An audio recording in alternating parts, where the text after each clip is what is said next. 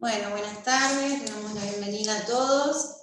La intención es poder hablar acerca de los mitos que circulan en torno al diagnóstico de TEA, poder profundizar en algunos de estos mitos que muchas veces terminan siendo estigmatizantes para los niños, para las familias, digamos, hay un padecimiento desde un lugar del desconocimiento, ¿no? Esta necesidad de rápidamente poner interpretaciones en lo que se está observando, sin realmente ir a la evidencia científica que se tiene al respecto, o sin pensar que mediante la intervención, digamos, esto es susceptible de ser modificado, ¿no? Así que, bueno, nos parece un tema fundamental como para poder desarrollar. Sí, fundamentalmente, como decía la compañera, el impacto que tiene todo esto, ¿no? Y otra de las cuestiones que nos suelen pasar es este hábito que hemos generado de salir a buscar en internet aquellas respuestas que casualmente no nos van a orientar por el lugar más adecuado, ¿no? De ahí de pensar que antes de repetir, diríamos, tenemos que reflexionar acerca de lo que decimos. Insisto en esto del daño ocasionado, ¿no? de tanto mito circulando en relación al autismo. Bueno, vamos a empezar a compartir el primer mito que creo que es uno de los que más dolor causa a los padres y obviamente a nuestros niños, ¿no? Cuando pensamos en están en otro mundo, ¿por qué decimos que es totalmente falso? Porque en general las familias cuando llegan a la primera entrevista nos comentan que, por ejemplo, no pueden ir al supermercado, que no van a la casa de familiares, que dejaron de visitar casas de amigos. ¿Y esto con qué tiene que ver? Con que el niño, cuando se encuentra con lugares novedosos, nuevos, que no conoce, se encuentra con olores diferentes, ruidos diferentes, imágenes visuales diferentes. Imagínense entrar a un supermercado. Cuando uno entra a un supermercado hay cantidad de aromas que se mezclan, cantidad de sonidos que se mezclan, algunos que nosotros no escuchamos, pero que muchas veces nuestros niños por esa hipersensibilidad reciben todo en la misma frecuencia, ¿no? Y esto produce mucho sufrimiento. ¿Por qué? Porque tienen que procesar toda esa información al mismo tiempo. ¿Qué quiere decir? Que los niños no tienen que ir más al supermercado, no tienen que ir a visitar a los amigos, no tienen que ir a visitar a los abuelos, a los familiares. No, no quiere decir eso. Quiere decir que nuestros niños procesan la información del entorno para el cual no están en otro mundo, están en este. Un mundo que todo el tiempo nos manda cantidad de información, que esa información, cuando nuestro cerebro está ajustadísimo, diríamos, obviamente responde como corresponde. Pero para nuestros niños, cuando ingresan a nuestra institución, obviamente uno escucha esto y la respuesta no es que vamos a deprivarlo de poder estar totalmente incluido en este mundo, sino que las intervenciones, paso a paso, de a poco, acompañando, digamos, todo este proceso, eso se revierte rápidamente. ¿Y por qué decimos que están en otro mundo? No están en otro mundo. Y porque concretamente cuando tienen que procesar la información de este mundo es cuando dan cuenta de estar en este mundo, ¿sí? Sí, también pensaba en la falsa creencia en torno al lenguaje, ¿no? Que digamos, muchas veces nos encontramos con diagnósticos de niños que tienen TEA y que no han desarrollado el habla aún, entonces rápidamente se piensa que como no tienen estas habilidades para comunicar, tampoco comprenden el lenguaje, ¿no? Y justamente por ser el lenguaje, digamos, la herramienta por excelencia para poder comunicarnos y conocer a los otros y estar esta dificultad en ellos, también suele subestimarse las capacidades que ellos tienen, ¿no?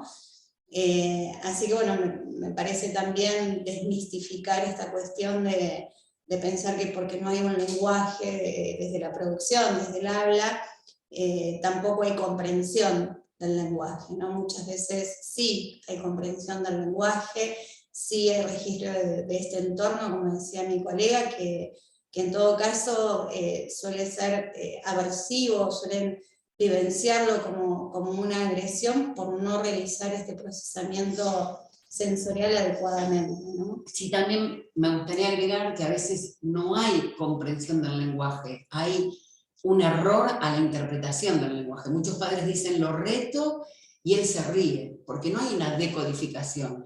Pero si estarían en otro mundo, tampoco se reirían, ¿se entiende? Si bien por ahí hay una dificultad para poder decodificar el mensaje del otro, queda claro que en este caso también nos da cuenta que errando a la interpretación del mensaje que se le está dando, también están en este punto, ¿no? Así que, bueno, sería bueno que las personas que conocen a algún niño con TEA, si quieren hacer alguna pregunta a ustedes, al adulto que lo está acompañando, diríamos, no hablar del niño delante del niño, porque están en este mundo. ¿Pasamos a la próxima? Bueno, esto es una cuestión así generalizada muy común, esta cuestión de definir al sujeto a partir de su diagnóstico, ¿no? Y la verdad que nos parece nada, penoso y que quita de alguna manera su singularidad como sujeto, ¿no? Uno en todo caso está hablando de un niño, o de una niña, o de un joven, o de un adulto que tiene el diagnóstico de autismo. No es autista, ¿sí? Él es Juan, Pepito, digamos, él es él con su identidad y que no se define a partir de este diagnóstico que se ha realizado. Sí, diríamos, no es lo mismo ser que tener, diríamos, partamos de esa base, ¿no? Diríamos, uno es, como decía la colega Juan, Pedro, un niño, un joven, pero no es autista, ¿sí? Diríamos, y en realidad esto se escucha mucho, ¿no? El niño con autismo, o el autista, que es peor todavía, ¿no?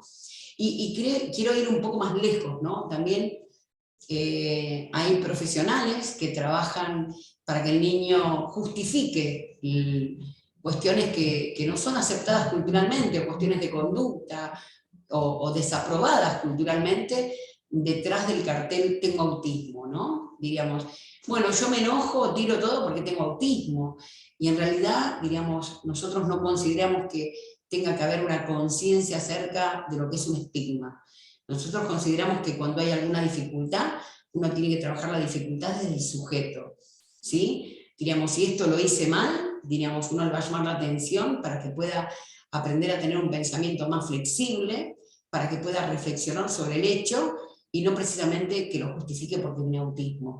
Muchos videos circulan por las redes, donde el profesional empieza preguntando, contame, ¿quién sos vos? Y el niño contesta, yo soy autista, me llamo Pedro, y la verdad no hay nada más estigmatizante que un mismo profesional esté, diríamos, dejando esta huella, ¿no? Porque esto, en definitiva, es una huella en la historia de un sujeto que está en tratamiento.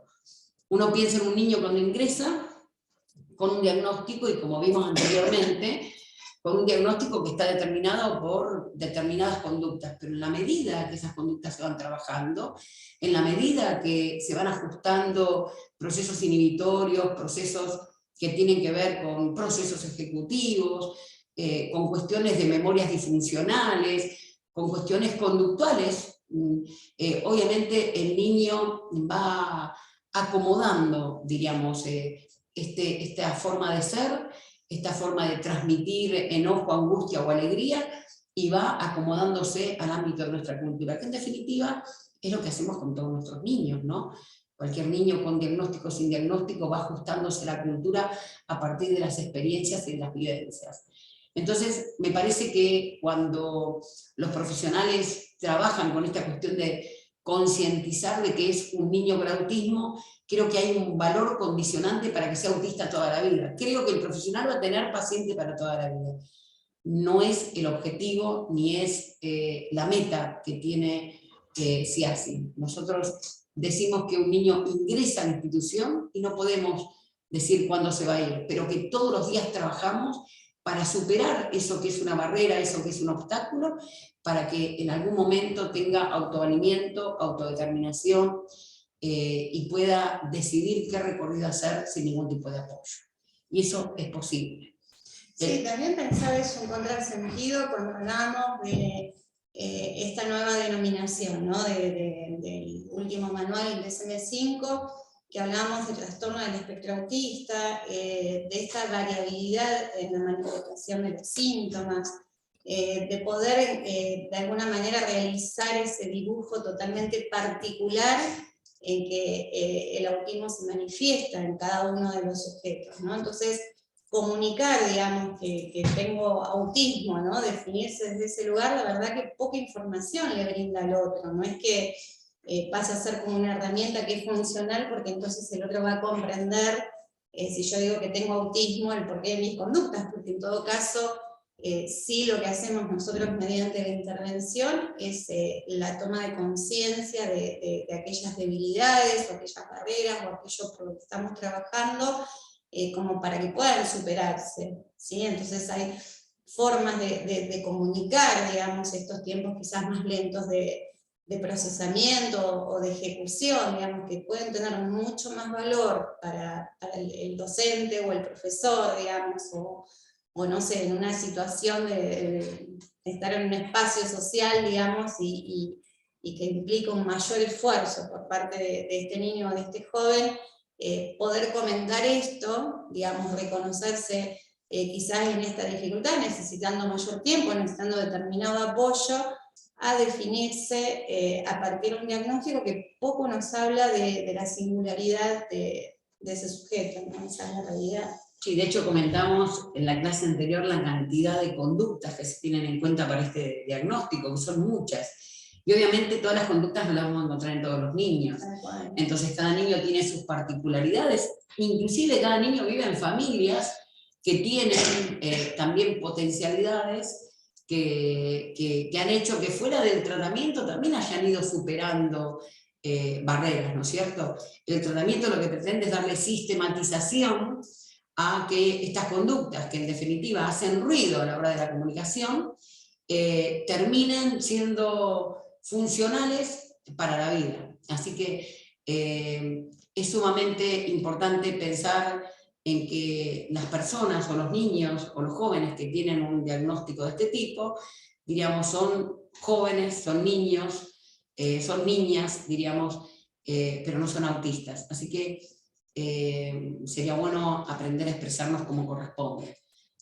Los niños son niños, niñas y jóvenes, o obviamente son Juan, Pedro o María, ¿no? Esto tiene que ver con la identidad. Sí, también forma parte de esta idea de diversidad. Si yo me reconozco, digamos, dentro de esta heterogeneidad, donde todos, digamos, tenemos fortalezas y debilidades, no es lo mismo ese tipo de construcción en la subjetividad que andar por la vida con un rótulo que de alguna manera es lo que me define, ¿no? Y como si fuera así para siempre, ¿no? Como algo que no podríamos modificar. Pasamos a la otra. Vamos. Bueno, se dice que no son empáticos. ¿Y nosotros qué podemos decir? Nosotros podemos decir que es cierto que en algún punto los niños cuando son pequeños, cuando tienen aproximadamente 2 años de edad, obviamente no son empáticos, ¿no? Y no son empáticos porque tienen un pensamiento egocéntrico, diríamos que ellos quieren helado y lo quieren ahora, o quieren un juguete y no pueden prescindir del deseo de jugar con el juguete y no lo pueden prestar. Y es cierto que de alguna manera en esa edad es difícil ponerse en el zapato de otros. Entonces, diríamos, nosotros sabemos que estamos hablando de desarrollo, estamos hablando de un trastorno del desarrollo, y obviamente la empatía no es algo que surge en sí misma, sino que surge en el intercambio con los otros. Si nosotros pensamos que cuando uno recibe a una familia con un niño con TEA, lo que hizo la familia durante todo el tiempo es para que no llore, le doy, le entrego, no le digo nunca que no, le compro el chupetín porque me lo pidió, y para evitar una situación de exposición social. En la medida que yo le enseño a ser empático, y esto lo practico con otros niños, en la medida que lo voy incluyendo en espacios sociales, nuestro niño empieza a desarrollar la empatía. Si yo pongo a circular un juguete, y ese juguete sé que en un rato lo tengo yo, pero al rato lo tiene otro niño, y cuando pongo una mesa, sé que lo que trajo para comer es para compartir, y yo deseo lo del otro y el otro también me comparte, comienzo a hacer ejercicios de empatía, para lo cual, si bien es cierto que pueden ser no empáticos cuando no están en tratamiento, cuando el tratamiento inicia, comienzan un montón de ejercicios que el compartir, el poder ponernos en el lugar del otro, el poder disfrutar de que el otro me dé cuando yo quiero, esto me da la garantía de poder desarrollar más que empatía. Y ahí te dejo la palabra a vos. No, siempre decimos que muchos de estos procesos con ellos necesitamos como hacerlos conscientes y trabajarlos de manera explícita, ¿no? Esto, para quienes no tenemos idea, es una construcción natural que se va dando en el desarrollo. Esta intervención que ellos requieren, decimos cómo impacta en nosotros también, y también nosotros terminamos siendo más sensibles y más empáticos que antes de sumergirnos en esta realidad de este diagnóstico, ¿no? Sí, pensaba infinidad de ejemplos, ¿no? de niños en su momento que no toleraban el llanto de otro niño, digamos, entonces, o como respuesta veíamos que si el otro lloraba, ellos también lloraban, o como respuesta, digamos, para de alguna manera inhibir esa situación que les generaba angustia a ellos, terminaban acercándose y pegándole a ese otro niño, ¿no? Con este enojo. Momentos donde podemos comenzar a construir esta base de la empatía, digamos, esto de ponernos en el lugar del otro y poder pensar qué cosas le están sucediendo al otro, ¿no? Y vamos poniendo expresiones, pobre, ¿qué le pasa? Lo ayudamos, ¿no? Y vamos generando este acercamiento hasta llegar a la construcción de poder ofrecer consuelo, ¿no? De poder acercarnos al otro y no solamente ser empáticos, sino además disponernos de alguna manera como para que el otro se sienta mejor, ¿no? Y pensando en todos estos ejemplos, también pienso quizás en los niños ya no tan niños, digamos, más en los adolescentes, cómo pasamos en los inicios del tratamiento esta dificultad de poder desarrollar empatía en la adolescencia, digamos, después de la intervención y estos años de tratamiento, ver que son jóvenes extremadamente sensibles, ¿no? Que la mirada siempre está puesta en el otro, ¿no?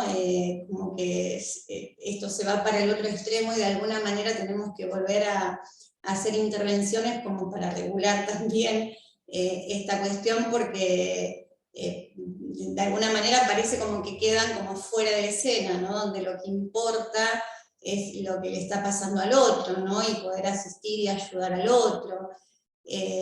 Pensaba en uno de esos jóvenes que le ha costado, digamos, adaptarse en los inicios a la secundaria, y pasado unos meses, digamos, cada vez que se incorporaba un nuevo compañero, era él quien le daba la bienvenida, ¿no?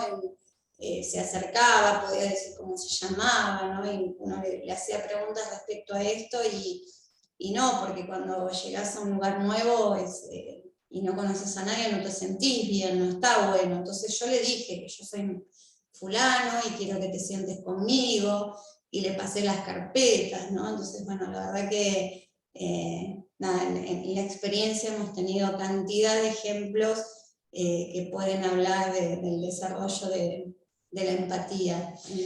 No, pensaba también de esta hiperempatía que hablamos cuando uno comienza a trabajar con ellos, ¿no? Siempre hablamos que desde la intervención todo es posible de ser revertido.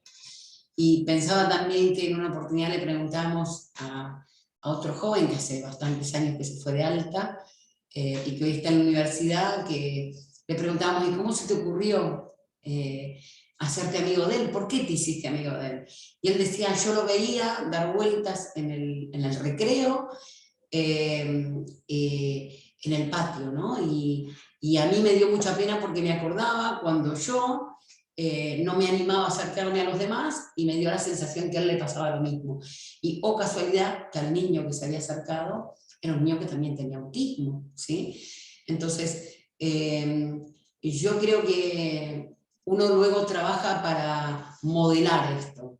Este modelado es necesario porque es cierto que cuando nosotros nos conocemos en general no son empáticos, pero es cierto que cuando intervenimos aparece esta cuestión de la sensibilidad que emerge naturalmente y que se vuelven hiperempáticos, ¿no? Siempre están atentos a cómo están los demás. Inclusive tenemos niños que cuando la mamá se enojaba, él entendía que había que tener paciencia porque la mamá no había tenido un buen día y que no valía la pena contestarle, así que había que dejarla que se calme la mamá. Y bueno, diríamos, todos sabemos que está bueno ser tolerante y comprensivo, pero también ahí uno hace todo un trabajo para que uno pueda también acomodar esta cuestión y no sentirse, diríamos, victimario, sino que víctima de esta situación. Porque es cierto que estos procesos que se van dando desde falta de empatía a una hiperempatía, a poder regular flexiblemente el pensamiento, el razonamiento, para poder responder acorde a las necesidades, ¿no? Diríamos que si la culpa fue mía, hacerme cargo y decir la verdad, fue mi culpa, discúlpame, o bien decirle, no, mira, discúlpame, vos sos el responsable de esto que sucedió y creo que te tenés que hacer cargo. Entonces, estos procesos de razonamiento exigen de intervención y de construir un pensamiento y un razonamiento flexible, que obviamente cuando los conocemos es bastante rígido, pero a la medida que intervenimos, esto le permite tener todos los recursos necesarios para estar incluidos en nuestra sociedad.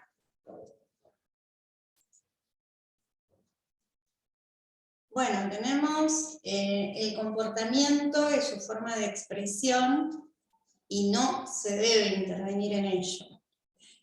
Falso. Y por favor acá les pedimos que tengan bien en cuenta ese mito destacado en color rojo y el cartel de falso, ¿no?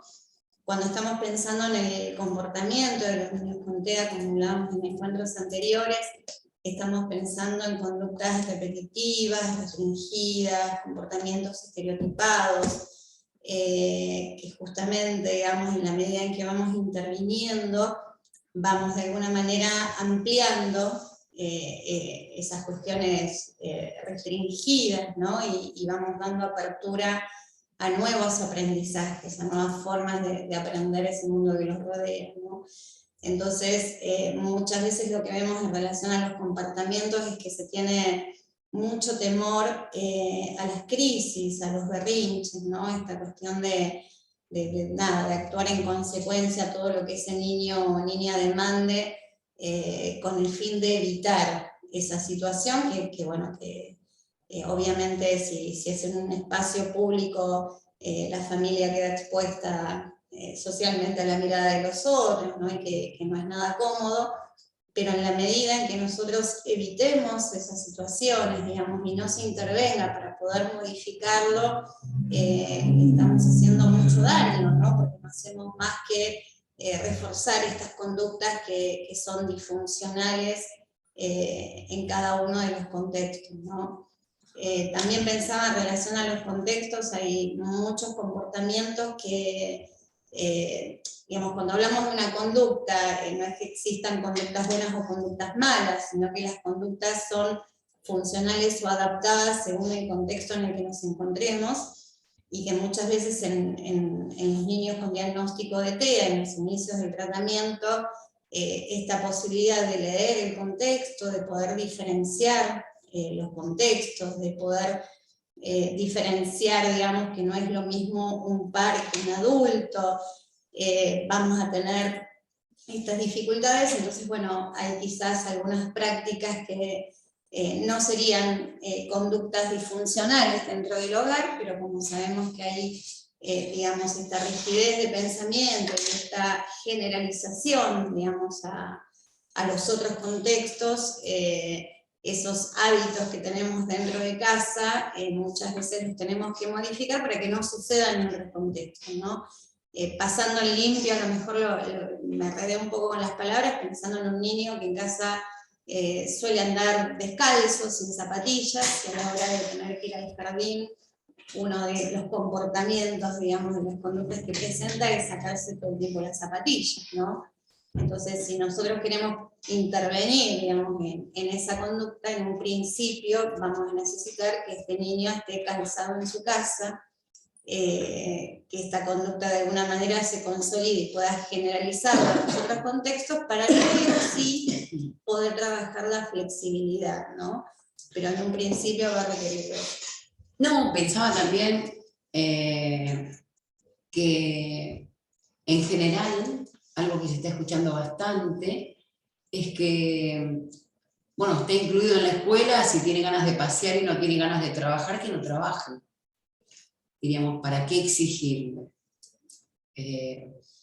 Bueno, diríamos, uno no tiene por qué hacerlo sufrir.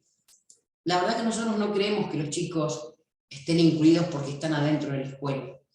Creemos que en la medida que vamos interviniendo en el comportamiento, le damos la oportunidad de poder seguir aprendiendo y poder superarse y tener cada vez más recursos, no solamente cognitivos, sino que los cognitivos no van a aparecer si no están los conductuales. Si yo no logro que se siente, que copie, que aprenda a leer, que aprenda a escribir, si no logro eso, diríamos, va a ser imposible que el día de mañana tenga recursos para el autoalimento, para la autodeterminación. Entonces, creemos que sí hay que intervenir en la conducta, que intervenimos con todos los niños, no con los niños que tienen TEA.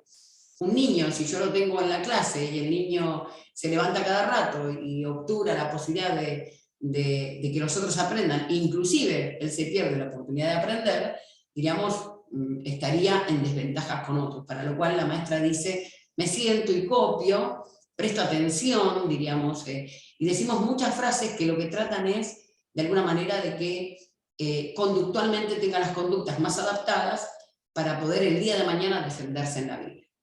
Entonces nosotros creemos que cuando estamos hablando de comportamiento, es indispensable la intervención porque hay varios recursos que se ponen en juego. El primero es la inhibición. Si yo un niño, de alguna manera, no lo voy ajustando a nivel inhibitorio, no lo voy ajustando, ¿qué quiere decir? Si un niño en lugar de hacer la fila quiere ir adelante de todos los empujones, obviamente nunca va a tener la posibilidad de estar con otros, porque todo el mundo, diríamos, va a entender que tiene alguna dificultad. Pero yo le enseño que se va a poner quinto en la fila como corresponde y va a tener que ir esperando, y le digo, espero, primero le toca a fulano, después le toca a mengano, obviamente ese niño va a aprender a inhibir y va a poder esperarlo. Entonces el día de mañana va a poder ir a comprar el kiosco, va a poder ir al supermercado y esperar a hacer la fila con su mamá.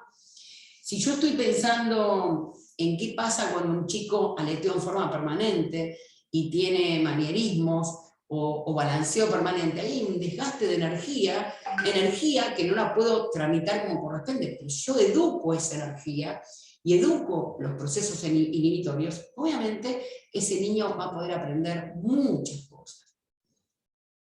En general, como lo hemos dicho en varias ocasiones, si yo quiero que un niño aprenda a sentarse, a pintar, a escribir, a producir, diríamos, lo primero que tengo que enseñarle es a sentarse.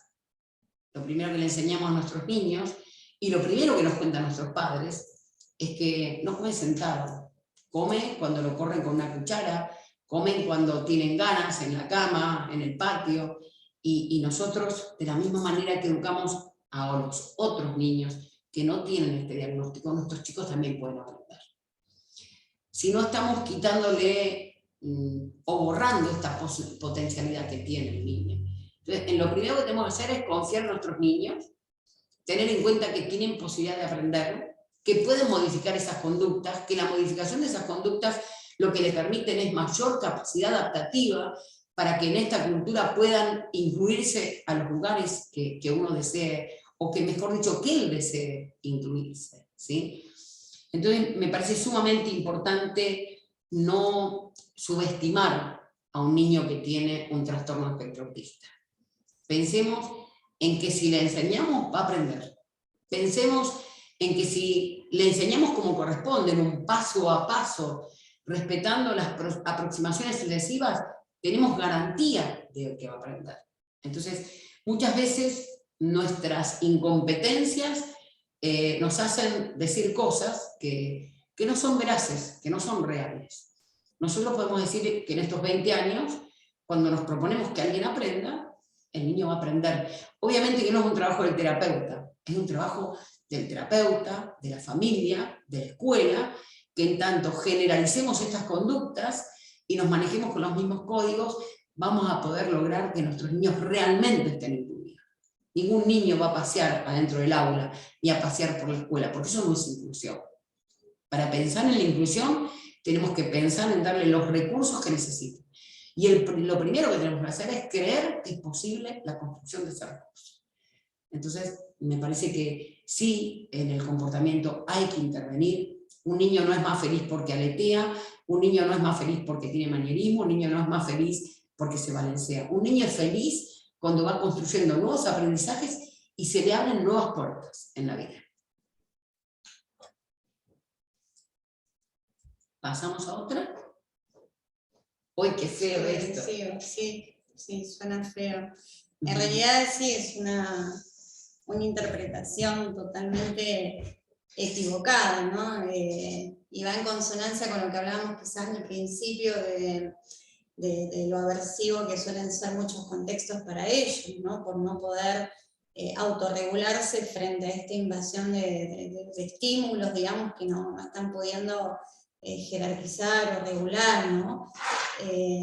Pero para nada, digamos, por otro lado también les hemos compartido, me parece en el punto anterior, estas premisas que escribió Rivière en algún momento, que nos pediría un niño con autismo, ¿no? Y una de las cuestiones que dice es que no le atribuyamos intenciones, ¿no? A estas conductas que ellos tienen, ¿no? Esto va de la mano también de lo que es la teoría de la mente, que es un desarrollo mucho más complejo, digamos, que lo que es la empatía, el poder atribuir estados mentales a los otros, ¿no? Entonces, si uno piensa en una situación de agresión, digamos, hay una conducta que es dirigida, que es intencional, que busca de alguna manera determinado impacto en el otro, ¿no? Y la verdad que son todos procesos que en los inicios del tratamiento, cuando uno realiza el diagnóstico, no están estas posibilidades de pensamiento, ¿no? De poder anticipar, de poder leer al otro, ¿no?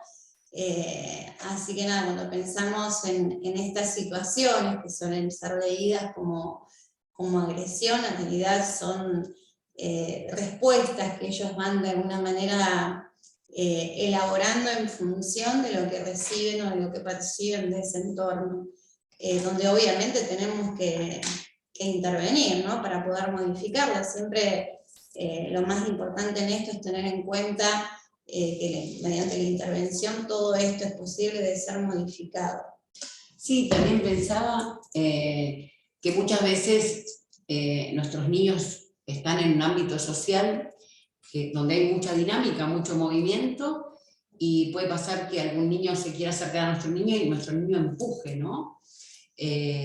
Y como decía recién la colega, lo primero que dicen es, ¿viste? Lo empujó. Y en realidad, digamos, el procesamiento de la información de nuestros niños a veces lleva a que no tengan el registro de proximidad del otro y sienten que lo que se le viene encima es el otro, arriba de su cuerpo. Entonces la percepción que tienen del mundo es distinta y lo que hacen no es empujar, es atajarse de lo que viene. Esto lo vemos mucho en los jardines, donde por ahí los niños corren a velocidad en una actividad de educación física o en un espacio libre, y ellos están atajándose, ¿no? Atajándose porque como la construcción del espacio y la construcción del tiempo en ellos todavía no está totalmente ajustada, hasta que viven estas experiencias y van ajustando el espacio y el tiempo en relación a su cuerpo, suele pasar que se tienen que atajar del mundo. Es algo así como que cuando yo tengo un nene de 2 años o de 3 y obviamente hay demasiado movimiento, uno lo que está haciendo es viendo de que el mundo le impacte con uno. Esa es la sensación que ellos tienen. ese empujón no tiene la intención de agredir a nadie. Ese empujón tiene que ver con protegerme de que no se me venga el mundo encima, ¿no? Eso por un lado. Pensaba también la forma en que nuestros niños tienen para conocer. Pensaba que nuestros niños muchas veces invaden el cuerpo del otro, ¿no? Como tomar del pelo, diríamos, acariciar el pelo, o apretarlo, o apretar un brazo, o apretar demasiado fuerte al otro, que tiene que ver con qué niveles de conciencia del cuerpo tiene y cómo va conociendo el mundo de los otros. Entonces por ahí dice, no, porque lo quiso ahorcar o porque le apretó el brazo, y en realidad lo que está haciendo es conociendo al otro. Ninguno hace daño con eso, porque tampoco es que apretan desajustadamente o desmesuradamente, pero el otro que no lo conoce, en general, como se sospechan ser agresivos, como lo que circula tiene que ver con eso, aparece esta cuestión de un mensaje desajustado. En general, no es algo común que nuestros niños le peguen, sino que se atajen. No es común que lastimen o muerdan a otro, digamos, y ni ahorquen a otro, simplemente van tomando medidas del mundo con sus manos, que es la forma de conocer. Yo pensaba también en cómo nuestros niños, en función de el procesamiento sensorial, por ejemplo, hay niños que tienen una hipersensibilidad olfativa y generalmente suelen oler a los otros. Y al otro la sensación que le da es extraña, porque hay un acercamiento desmesurado, demasiado corto entre cuerpo y cuerpo, obviamente que el otro no nos conoce. Y cuando el niño se acerca demasiado para olerlo, que es una forma de conocer al otro, diríamos, puede suceder que el otro por ahí lo empuje y él repita esta conducta de empujar, ¿se entiende?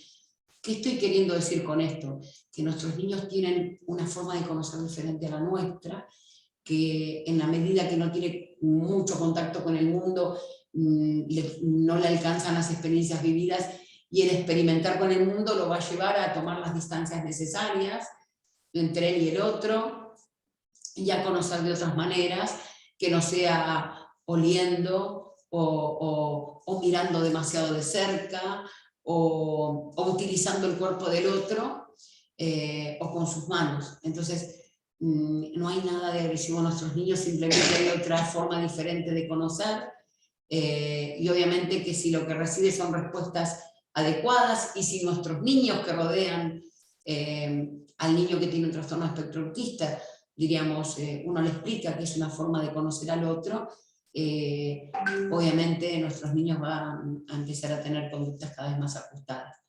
¿Cómo se supera esto? Con intervención, con vida social, yendo a la plaza, estando con otros niños, yendo a patios de juego, yendo al jardín, a jardines comunes, donde vea las conductas cada vez más ajustadas, donde vea la distancia entre niño y niño, donde vea cómo los otros conocen al mundo, ¿no es cierto?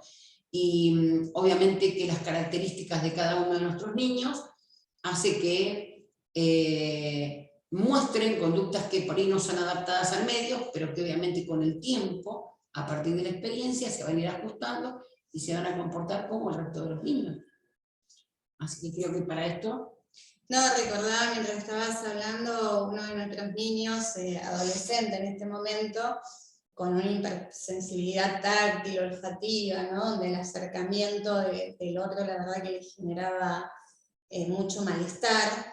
Entonces, bueno, fuimos trabajando con aproximaciones sucesivas. Obviamente toda oportunidad era bienvenida para que tuviera que saludar con un beso, para poder abrazar a un compañerito.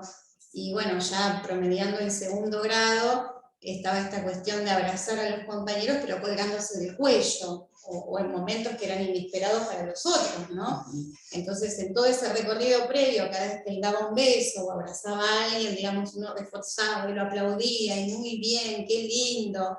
Después pasó a ser una conducta que era, de alguna manera, invasiva para los compañeros, ¿no? Porque era esto intempestivamente o así, cuando se le ocurría colgarse de cuello. Entonces, bueno, fue a trabajar esta cuestión de regular, ¿no? Que bueno, el compañero ahora no quiere, o no a todos, a algunos amigos les gustan los abrazos y a otros no, y tampoco podemos estar colgándonos del cuello todos los compañeros, ¿no?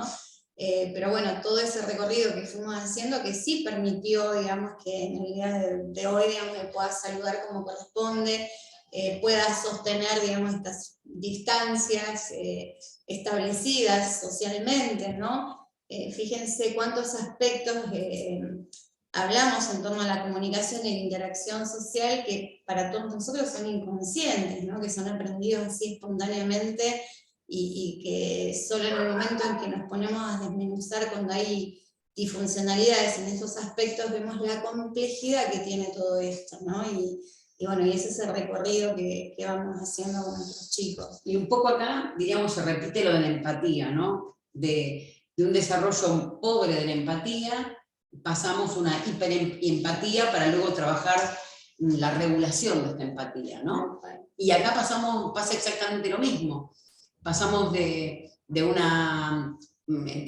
caso inverso a lo que yo comentaba, porque vos estás comentando a alguien que rechazaba el contacto con el otro, de repente pasaba a tirarse arriba del otro como si nada, y a colgarse, y a besar y a abrazar, y luego uno tiene que regular precisamente para que, ojo, no se hace con todos, lo puede hacer con alguien que tenga más confianza, lo puede hacer con quien acepte esos abrazos, lo puede hacer con aquel que le gusta que esto pase.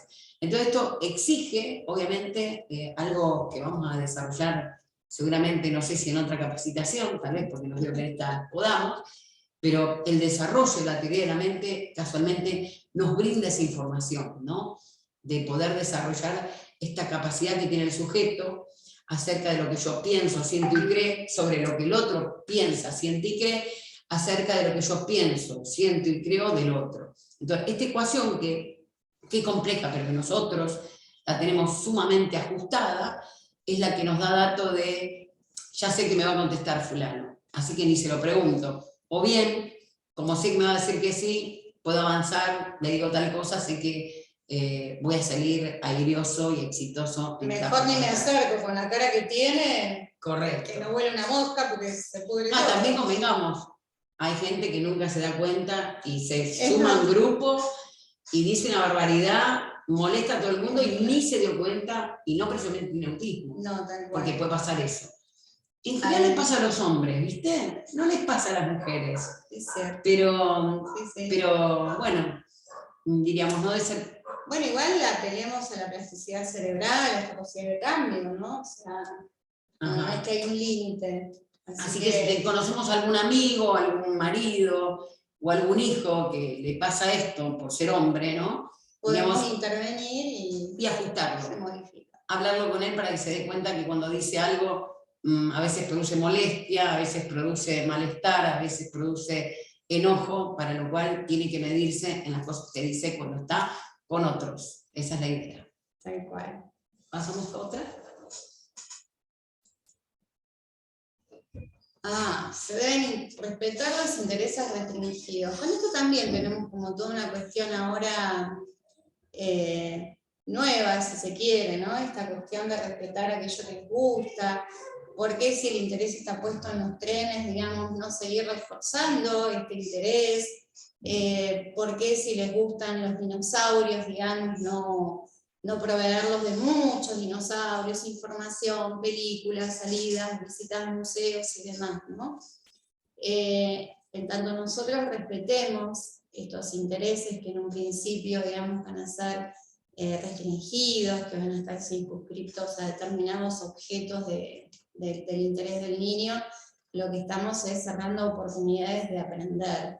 ¿Sí? Si nosotros queremos llegar a ese objetivo de máxima en lo que es el tratamiento, que es la autodeterminación, el que ellos puedan decidir en función de poder elegir qué es lo que desean en ese momento de su vida, para poder elegir tengo que poder conocer. Si yo no tengo opciones posibles, no voy a poder tomar una decisión en cuanto a alguna elección, ¿no?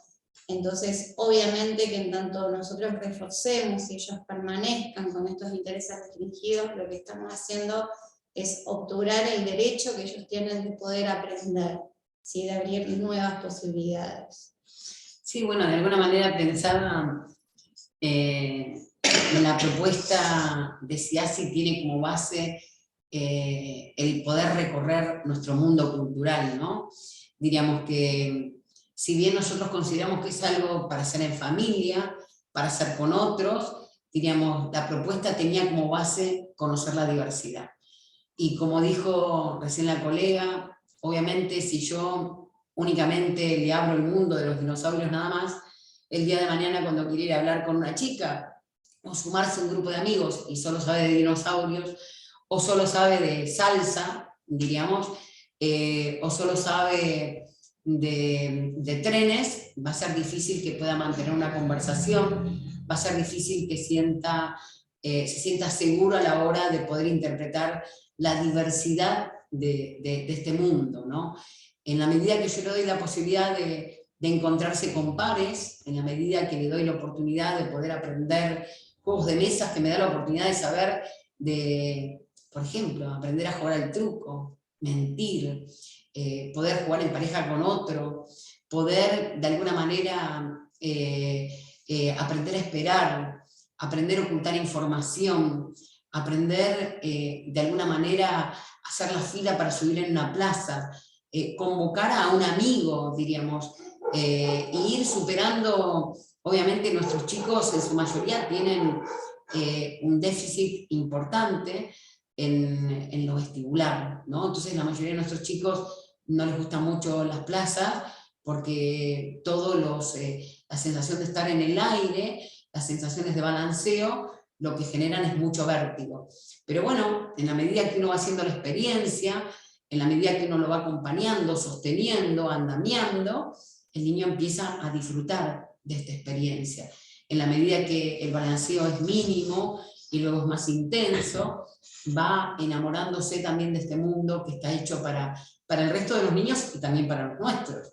Así que en la medida de que le voy dando la oportunidad de estar en parques, en plazas, en la medida que voy mostrándole experiencias sociales que se generan en centros culturales, en la medida que me animo a ir al cine con lo que significa, ¿no? Una pantalla gigante donde a veces viene un auto de frente que parece que se me viene encima, con un nivel de intensidad de sonido, en la medida que le voy dando la oportunidad, voy permitiéndole generar nuevas redes neuronales, voy permitiéndole conocer este mundo que está lleno de estímulos que hacen a la riqueza que está más allá, miren, del espacio de la escuela.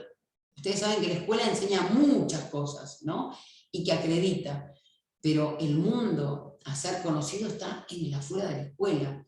Los museos, los teatros, recitales, salones de danza, salones de juegos, espacios recreativos. Diríamos, yo recuerdo con los adolescentes haber ido a jugar al billar, haber ido al bowling, haber ido a discotecas, campamentos, diríamos, y cantidad de espacios que les han permitido a ellos, a la larga, sentirse seguros, viajar en tren, en subte. Bueno, creo que en avión fue en lo único que no viajamos, en plato volador. Nos falta... Está pendiente. Bueno, y no está lejos, y no está lejos. Bueno. Tenemos un viaje pendiente. Wow. ¿A dónde? Decilo. ¿Donde hace mucho frío? A la Antártida. Wow. Tenemos un viaje pendiente a la Antártida. Así que, bueno, no precisamente vamos a ir todos en el primer viaje, pero van a ir algunos y bueno, creo que hay otros de nuestros niños que ya son adolescentes que han ido de viaje de egresado en avión también. Pero hemos viajado en todo tipo de espacios, ¿cómo se llama?, de medio de transporte, y realmente muchos papás se han tapado los ojos y los oídos diciendo no va a poder, y cuando todos estuvimos convencidos de que iba a poder, cuando le tuvimos confianza, cuando le pusimos mirada de abuela. Claro. Cuando le pusimos mirada de abuela, vieron que las abuelas dicen, ay, como él lo hace, nadie lo hace. Él es el mejor. En la medida que pensamos que él puede, que es el mejor y que realmente no tiene limitaciones para ese objetivo, es cuando realmente lo logramos. Así que, nada, no está bueno respetar los intereses restringidos porque no le daríamos herramientas para tener una vida social rica, para poder intercambiar, para poder conocer otros mundos posibles, que otros mundos posibles son todas las personas que se le crucen en el camino, ¿no? Cuanto más conozca nuestro mundo, más va a poder aportar a este mundo y más se va a poder enriquecer este mundo. Y sin duda, y cuando uno habla con los más grandecitos, cómo recuerdan esas experiencias o esas vivencias como que fueron maravillosas. Sí, sí, sin duda. Han tenido gran impacto. Bueno, acá dice que no son creativos ni desarrollan su imaginación. Claro, te referís a cuando hicimos el diagnóstico, claro, parecería ser que el juego... Yo me acordaba de un ítem que uno tiene que medir que dice creatividad e imaginación. Claro, y dice que no tienen cuando les hacemos Por el lo diagnóstico. general, claro, hay alguna cuestión de esto, pero es al momento del diagnóstico. Ajá. Y eso lo observás porque el juego que hacen es repetitivo y estereotipado, porque alinean los juguetes, porque replican, digamos, literalmente acciones, y lo que falta es lo simbólico, pero lo simbólico con intervención... Obviamente aparece, obviamente. Incluso en esas evaluaciones lo que vemos es que muchos chicos tienen esta tendencia a realizar estas conductas repetitivas, ¿no? Como el alinear, y cuando el terapeuta que está interviniendo, digamos, hace una propuesta de juego, sea funcional o simbólica, como lo es la escena de cumpleaños, quizás no pueden aportar nuevas cosas, pero sí se suman a ese juego o esa escena que el terapeuta le está presentando. Igual está bueno definir lo que es creatividad e imaginación. Ajá. Porque para la creatividad vos tenés que tener experiencias. Mínimo. El recurso, digamos, surge de la experiencia, digamos, de cómo lo hace fulano, mengano, sultano. Uno va de alguna manera tomando, retroalimentando, digamos, información que va guardando, luego las combina y eso sería creatividad. Y la imaginación es como uno proyecta estos recursos, ¿no es cierto? Así que bueno, queda claro que es posible que al momento de la evaluación no sean muy creativos y que no hayan desarrollado la imaginación porque está afectado aún en ese momento lo simbólico. Pero no hay duda que la intervención terapéutica lo que permite es la carga simbólica, que la experiencia lo que permite es el registro de información y el guardado de esta información para luego combinarla y obviamente empezar a ver lo creativos que son. Bueno, de hecho tenemos a uno de nuestros chicos haciendo la carrera de arquitectura y obviamente que hay que ser muy creativo para poder estudiar esa carrera. Sí, sin duda, sin duda. Lo hemos visto trabajar con los poemas de Martí, hacer representaciones, digamos, ilustraciones de lo que él interpretaba de ese poema y ha sido maravilloso. Y hemos visto también haciendo poemas, ¿no? También la producción de poemas. Hemos visto recientemente cómo han desarrollado toda la beta artística, digamos, en lo plástico, en lo que es la pintura. Bueno, no estaría de más decir que tenemos unos músicos y bailarines impresionantes. También, pero bueno, en estas situaciones que quizás se están dando en este momento, decíamos, si no hubiera estado la oportunidad, si alguien no abría esa puerta, esa posibilidad, la verdad que nunca nos hubiéramos enterado de esa destreza que sí tienen, ¿no? Con lo cual, bueno, esto de abrir puertas, de ofrecer oportunidades y de pensarlo potencialmente en todo lo que puedan desarrollar y que no hay límites para eso, esa es la realidad. Y de ahí, bueno, recomendación, sí crean que la creatividad es una construcción y que esa construcción solamente se puede llevar adelante en tanto alguien tenga la oportunidad de poder conocer el mundo, ¿no? Sin conocer este mundo, sin interactuar con este mundo, sin otros, no es posible desarrollar la creatividad. Entonces, cuando tenemos un niño que no es creativo y que obviamente no puede desplegar la imaginación, pensemos que le estamos dando pocas oportunidades para que eso suceda.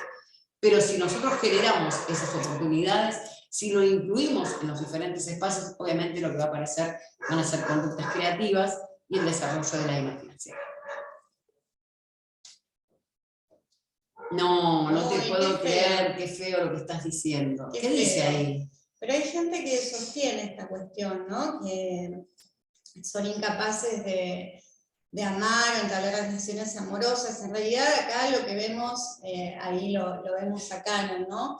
Un poco trayendo cuál fue la descripción que él hizo en su momento, y que el psicoanálisis mal interpretó, digamos, tal cual. Desdibujó. Pero parece que tenía un peso y una fuerza impresionante, porque hasta el día de hoy seguimos escuchando lo mismo, ¿no?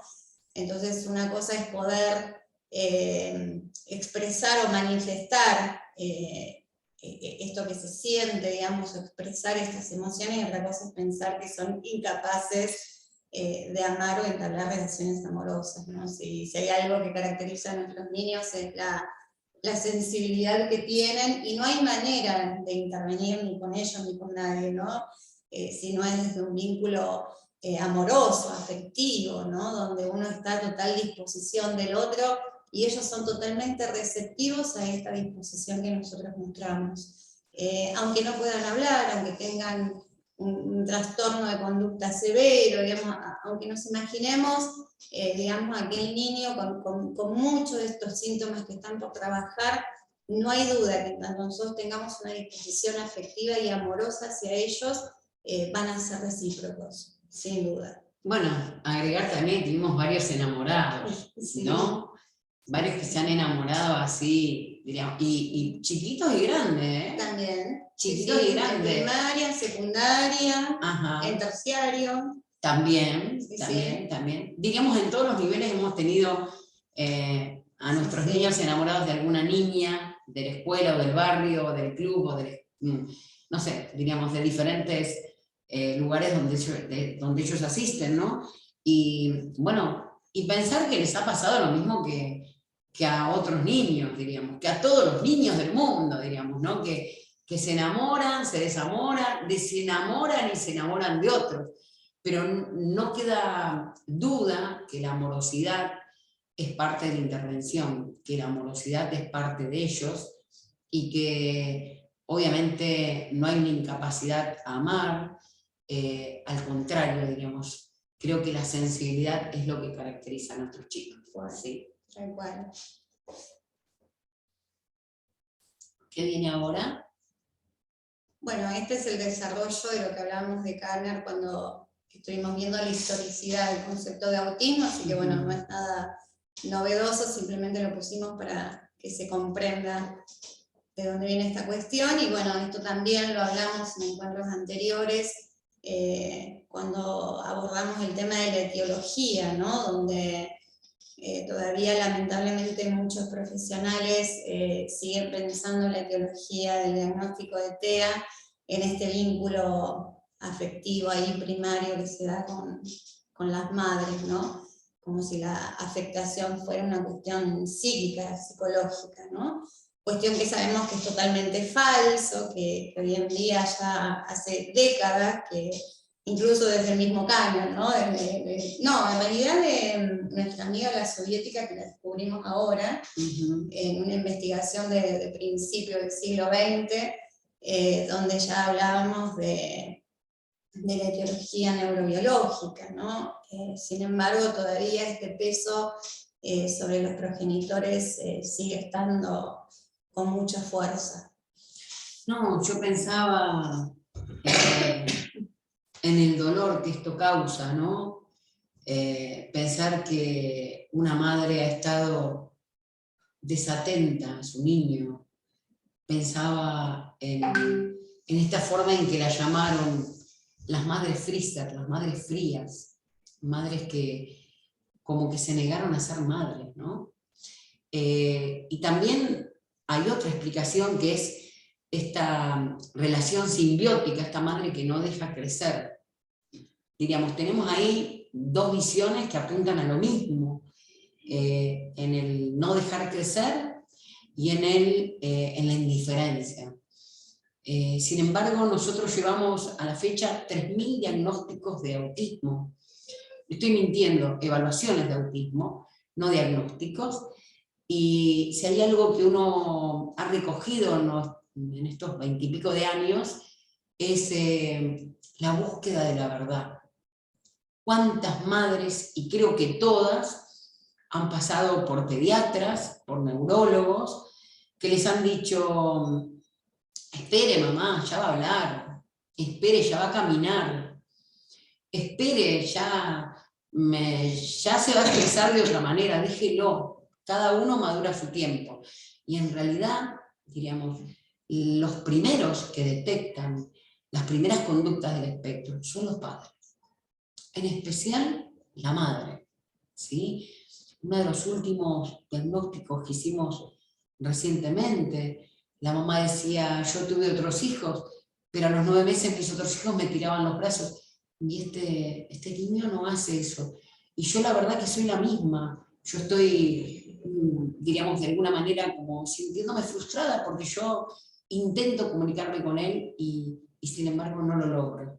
Y esto da cuenta con lágrimas en los ojos del nivel de angustia, de dolor que padece una madre cuando no recibe reciprocidad. Y no quiere decir que este niño no la ame, no quiere decir que este niño de alguna manera sea indiferente a esta madre, sino que lo que quiere decir es que su proceso de desarrollo está afectado. ¿Es reversible esto? Claro, por todo lo que venimos explicando. Y cuando la madre empieza a reencontrarse con este niño a partir de la intervención, realmente, diríamos, obviamente vuelve la felicidad a su vida, cuando ve, diríamos, esas conductas que hasta el momento no aparecían, fruto de la intervención, empiezan a respirar nuevamente.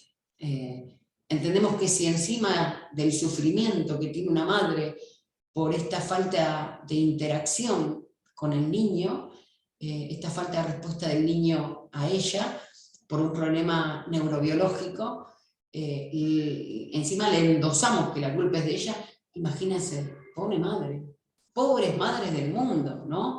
Que han tenido que escuchar tanta pavada junta, porque la realidad es que el DSM-5 en el siglo XX, y ya como decíamos hace rato, en el siglo XXI, digo, y en el siglo XX, bien digo.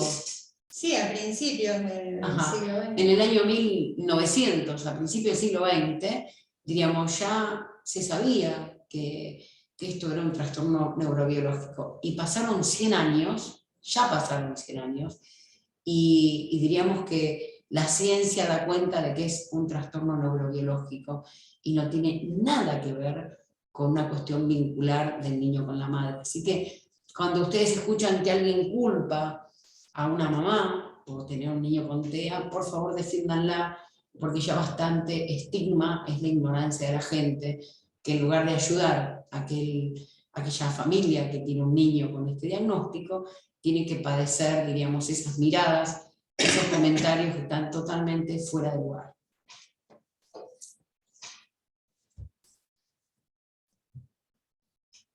Bueno, esto tiene que ver con lo que hablamos recién. Más de lo mismo. Culpabilización de la mamá, madre nevera o madre freezer, y autismo como mecanismo de defensa, ¿no? Esto de autismo como mecanismo de defensa quiere decir que el niño, diríamos, lo que hace es generar este micromundo para no sentirse amenazado, ¿no? Devorado por esta madre. Esa sería la explicación. Claro, una célula narcisística ahí de la que no se puede salir. En la célula narcisística está el niño y la madre, entonces como no se rompe, el niño queda devorado por la madre. Esas son las pavadas que uno puede llegar a escuchar como explicación desde el psicoanálisis. Pero como nosotros no hacemos psicoanálisis, confiamos en el desarrollo de la neurociencia, consideramos que todo esto es totalmente falsísimamente falso. Y que nada, que se han construido como especulaciones teóricas que han impactado en algún momento, pero que a ciencia cierta no hay resultados, digamos, ni posibilidades de comprobar que el psicoanálisis pueda dar respuesta a lo que estamos hablando, ¿no? A las intervenciones. También lo vemos en los videos del cerebro de Hugo, ¿no? Este intento de aislar a estos chicos y llevarlos a vivir al campo, y obviamente la no intervención lo que hizo fue que el trastorno espectro autista, al no tener oportunidad de aprender, genere un trastorno, una discapacidad intelectual y otros trastornos más. Digamos que la no intervención lo que produce es daño, porque cuando no se interviene con un niño con trastorno espectro autista, se va complejizando porque no hay desarrollo neurológico, no hay oportunidad de interactuar con el mundo, y la única manera de poder modificar este cuadro es a partir del aprendizaje. Pensemos que el aprendizaje es el que modifica estas conductas, ¿no? Y la modificación de estas conductas son oportunidades de experiencias, oportunidad de aprender lo nuevo, apropiarse de lo nuevo a partir de estar con otros, y si esto no sucede, lo que tenemos garantías de que este niño va a tener más complicaciones que las que tenía. Y tenemos otros mitos, ¿viste? Que también le complican más las cosas a los niños que tienen trastorno espectro autista, pero no las vamos a desarrollar ahora, ¿no? No. Terminamos acá.